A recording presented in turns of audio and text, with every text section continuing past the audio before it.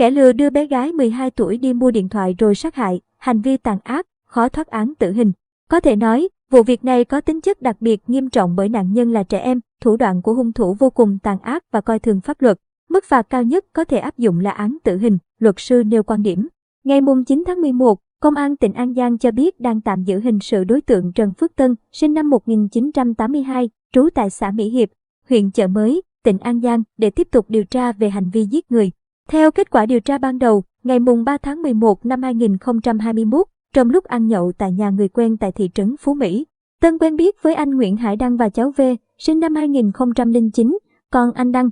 Ngày 6 tháng 11, Tân nói dối với cháu V sẽ mua điện thoại cho cháu để học online. Đến khoảng 14 giờ cùng ngày, Tân điều khiển xe mô tô chở cháu đến khu vực xã An Hảo, huyện Tịnh Biên rồi thuê nhà trọ ngủ.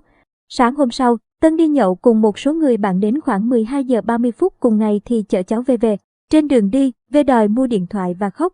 Tức giận, Tân chở cháu đến khu vực ấp Núi Két, xã Thớ Sơn, huyện Tịnh Biên rồi dẫn lên núi, dùng tay bóp cổ sát hại cháu V.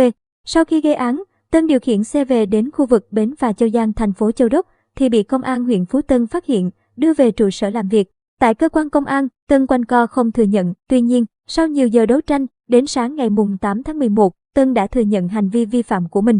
Đối tượng từng có một tiền án 11 năm tù về tội hiếp dâm trẻ em.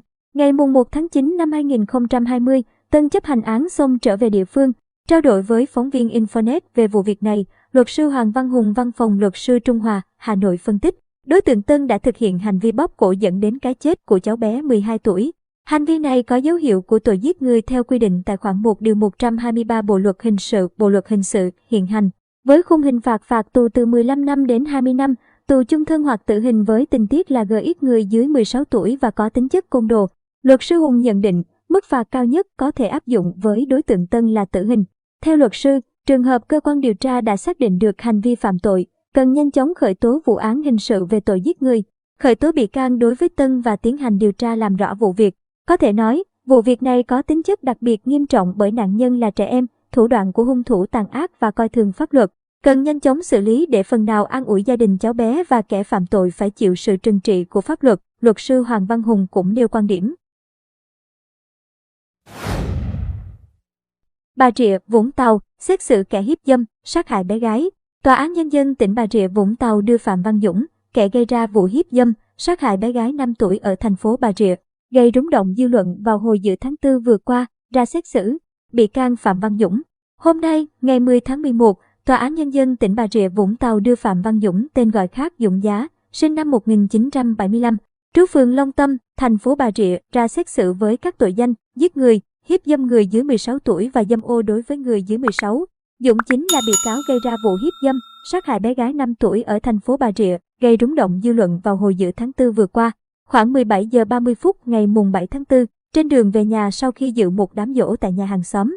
Khi đến hẻm 122 đường Võ Thị Sáu thì Dũng nhìn thấy cháu PNQN sinh năm 2016, cùng trú phường Long Tâm đi phía sau, nên nảy sinh ham muốn tình dục với cháu N. Tại đây, Dũng đã bế nạn nhân vào khu vực bãi đất trống gần nhà rồi thực hiện hành vi xâm hại tình dục. Quá trình thực hiện do lo sợ cháu N chống cự và kêu la nên Dũng đã dùng tay bóp cổ nạn nhân, dẫn đến tử vong. Quá trình mở rộng điều tra, cơ quan công an xác định khoảng thời gian từ tháng 3 năm 2020 đến tháng 1 năm 2021, bị can Dũng có hành vi dâm ô với 3 bé gái khác, cháu C, sinh năm 2011, cháu A, sinh năm 2013 và cháu T, sinh năm 2010 tại nhà của Dũng. Trong các lần thực hiện hành vi của mình, Dũng cho các cháu tiền và dụ dỗ không được nói cho ai biết. Trong số những nạn nhân trên, cháu A là chị gái của cháu N, nạn nhân bị Dũng sát hại PV. Với hành vi của mình, Dũng bị Viện Kiểm sát Nhân dân tỉnh Bà Rịa, Vũng Tàu truy tố tội giết người, hiếp dâm người dưới 16 tuổi và tội dâm ô đối với người dưới 16. Thái Lan, vợ bỏ nhà ra đi, chồng treo cổ con gái 3 tuổi rồi livestream. Một người đàn ông 39 tuổi ở Thái Lan đã bị bắt và buộc tội cố ý giết người sau khi đăng đoạn video hắn ta muốn lấy đi mạng sống của con gái mình. Sở Cảnh sát vùng đô thị Bangkok, MPB, cho biết Niran Sakurak, 39 tuổi, đã bị bắt hôm Chủ nhật, mùng 6 tháng 11, tại quận Muang của Buriram, sau khi nhà chức trách lần ra chiếc xe mà người đàn ông này đang đi cùng với con gái. Niran được đưa đến trụ sở của MPB ở Bangkok để thẩm vấn, trong khi cô con gái 3 tuổi của nghi phạm được Bộ Phát triển Xã hội và An ninh Con người chăm sóc. Trước đó, Niran đã livestream trên Facebook. Theo đó, nghi phạm quấn một sợi dây thừng quanh cổ cô con gái 3 tuổi. Trong đoạn video, có thể thấy cô bé đang khóc và nói rằng cô bé không thể thở được. Đừng sợ con gái, chúng ta hãy đi cùng nhau, chỉ hai bố con mình, Niran nói với con gái. Sau khi được thông báo về đoạn video gây sốc, cảnh sát đã lập tức tới nhà của Niran ở khu Bangkok, Bangkok. Không có ai ở đó và một sợi dây tương tự như sợi dây trong video được tìm thấy. Những người hàng xóm thông tin với cảnh sát, Niran đã nhiều lần thực hiện hành vi máu lạnh đó, như một cách gây áp lực để người vợ quay về.